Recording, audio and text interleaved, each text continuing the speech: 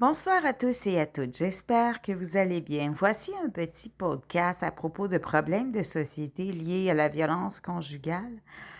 En fait, je trouve qu'il y a un manque de formation dans les milieux d'urgence, dans le milieu professionnel également.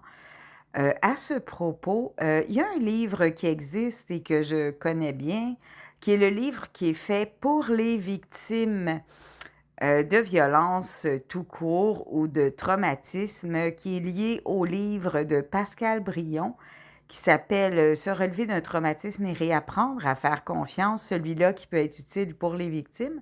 Mais il y a également, de la même auteure, un guide accompagnateur pour les proches des victimes.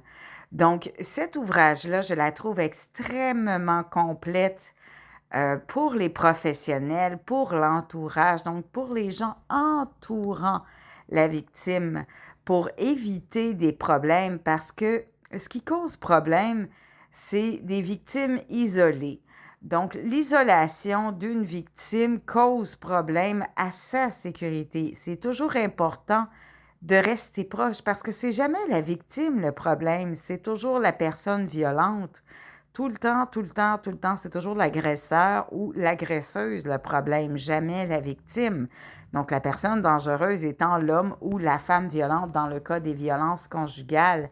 Donc, je trouve que c'est très mythe de croire l'inverse à ce propos et ça peut mettre malheureusement beaucoup de victimes d'agressions et de violences conjugales en très, très grand danger d'octroyer pour des comportements de ce type et d'avoir peur de la situation. C'est correct jusqu'à un certain point.